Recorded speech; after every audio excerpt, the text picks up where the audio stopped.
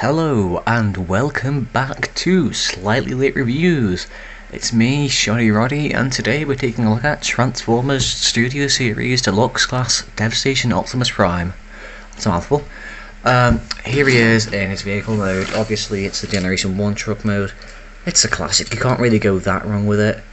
I mean, I'm realising now this is showing a bit pink on camera, which is a bit odd. I mean, it's not pink, it's much more red. Right, let me try turning this light off here. See then. How does that look? There we are. I'll rock with that then. Anyway, here he is, and obviously it's got its flaws. I mean, it's a deluxe class figure. I'm not going to use that to excuse it all.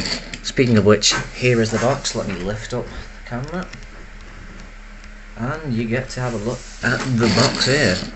Yeah, there's a little mural, there's a little artwork there. Prime, the truck.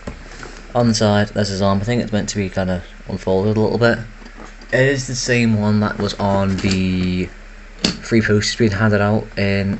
What shop was it at again? At TF Nation. I think it was in Demand Toys' store.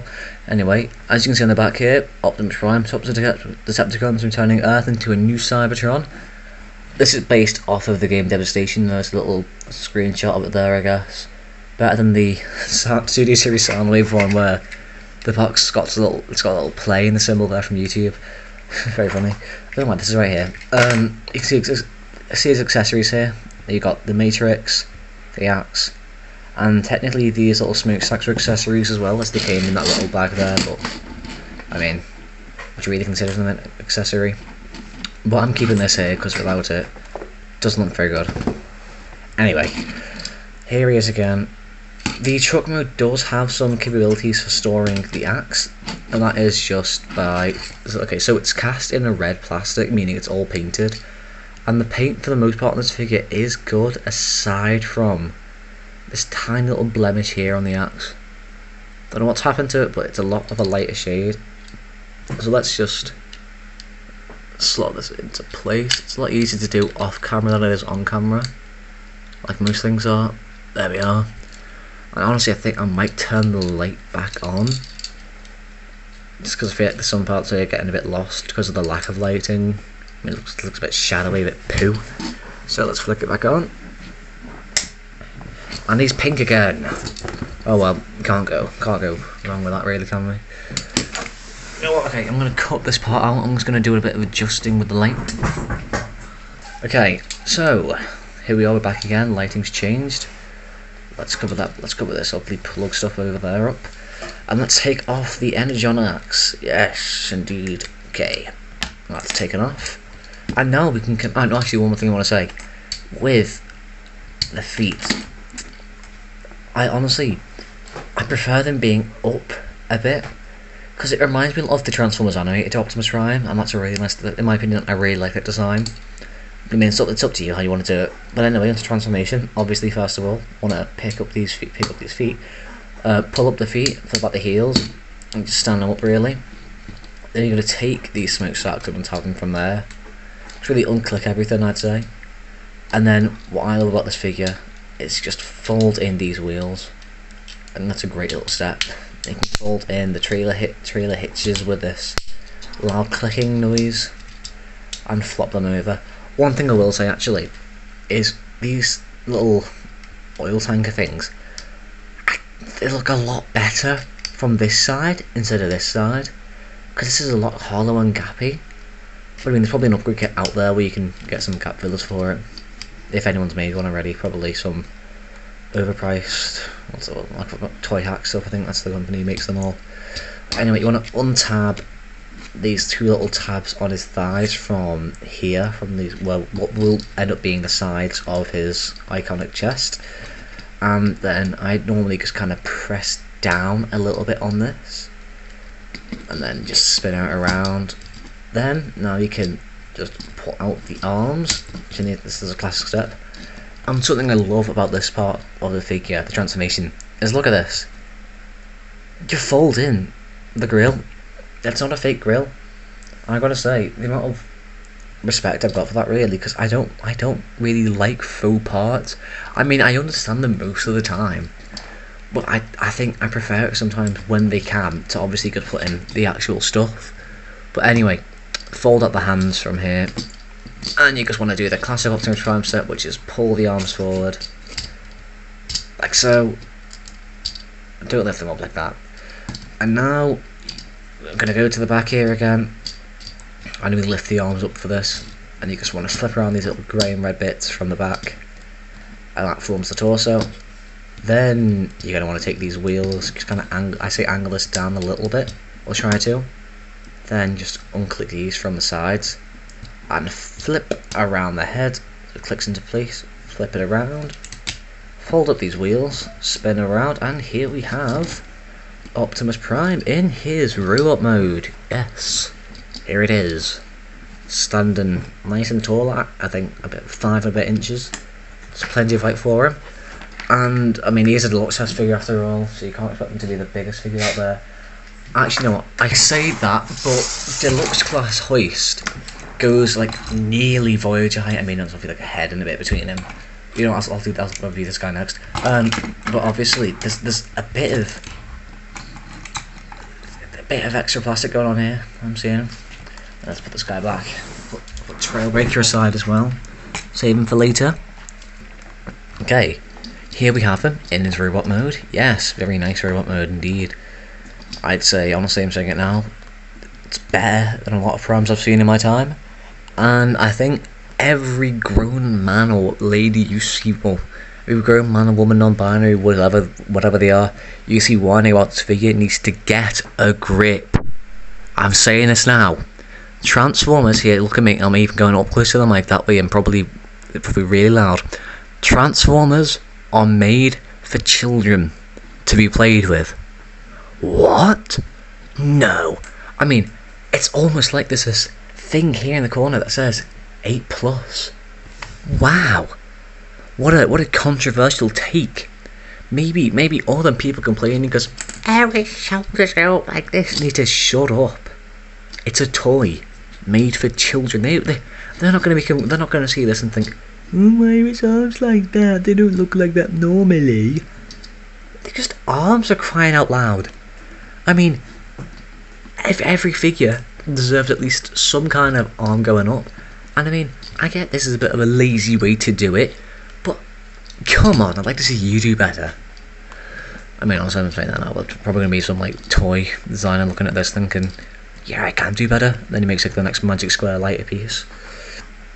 But anyway, with that little tangent out of the way, this is a robot mode. I've said it a few times now, and I like it. Posability is alright on him, so let's have a little look through. Head is on a ball joint. I know that because of this here, or it's on a mushroom peg, but I think it is more of a ball joint because of the fact that I can get a tiny bit of tilt on there. Like, look, yeah, bit of tilt there. Can't look down, but you can use transformation joint to have him look up a little bit. Looks a bit unnatural, but oh well. Head can do a 360, like so. Shoulders, oh, the World Trigger happy shoulders. I don't care. I think they're decent. Okay, I mean, it's an arm, and I'm making a big fuss about this compared to what I'm saying. Like, people complain about this, and I'm complaining about the people complaining about this. But anyway, yeah, you got these shoulders here. Then go forward, go down, and I mean, I guess they can go backwards as well. Technically, there we are, a butterfly joint thanks to the transformation. So, yeah, I mean, it could be handy for if you are fed up with the shoulders and you want them to be normal. I say normal, I mean like what all of the rest are like. The wrists technically have a wrist hinge thanks to the transformation. And the waist does swivel, yes, it is slightly hindered by the back part there. But you could always just, I think you can take this off because it's not actually on it's not pinned on to look like that. That's the second time that's happened to me. You can just like take these off or untransform them, and you get a full waist rotation like that anyway. But I don't think that they need to have like the world's biggest waist rotation. I mean, even just somewhat of a natural little wheel side to side's good enough for me. There we are, it's back on. He's got universal hips, I think that's what they're called, meaning he can go all the way out. Look at him, spreading his legs. Legs can kick forward to about 90, kick back to, what angle did you say that is? Not 45, more like 75, maybe 67. No, I'm so funny, aren't I? There is above the knee swivel, which is not bad. Once again, I've seen people complain about that. I don't care personally, does the job. And a knee that can bend just to about 90. At about 90, would you say? Yeah, it says about 90. Ankles can pivot all the way. Look at that, that's a good ankle pivot. And his feet can flop down. Yep. Really, that is nearly about it for what to say about this figure. Nearly wrapping this up. I just gotta get this into here. There we are. Here he's with the axe, and let's just open him up. Oh, grey matrix, bolt matrix. Oh, you should know the Transformers YouTuber's name. That's very funny. Thank you, thank you. Let me get this out. It is. It's just going there really tightly. Let's. Okay, there we are. Here he is. Okay, one thing I like about this matrix is that you can hold it easily. I mean, somewhat easily, because there's slits on the bottom of his hand. I think it's like this on the TF1 Prime figure. Let me. Okay, put that in there. Put this in here. If I can get it in. May even try it. There we are. That's the right spot. And here we have him holding the matrix of leadership. And it's a grey matrix, needs a bit of paint. I mean, that's the biggest issue with this figure, the lack of paint. I mean, where the paint is applied, it does the job. I'll follow the floor fan. I don't know. When the paint is applied, it does a good job. It doesn't seem to be chipping a lot. But, I mean, there's always someone out there who's complaining about paint. But with that all said and done, this has been my opinion and little rant about this little Transformers Optimus Prime figure. And I mean, oh, one more thing I've got to say. Is it accurate to the game? I haven't played the game. I'm like a poser. I haven't watched G1. I've only watched like season 1 of Prime and season 1 of Animated. I haven't even finished. I've never finished a Transformers show. I gave up on the whole War for Cybertron stuff, like not the game, the series on Netflix, because that was just abysmal. But we all know that now. I mean, at least the toys were good. Yeah, I'm saying this now. I've never watched a whole Transformers series.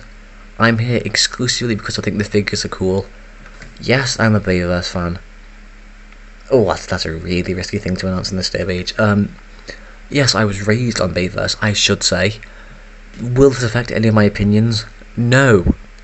Because trust me, I've been thinking about making a comparison with SS36 for a while now. But with that all said and done, thank you for watching. Hope you enjoyed the video, and I will see you next time. Goodbye.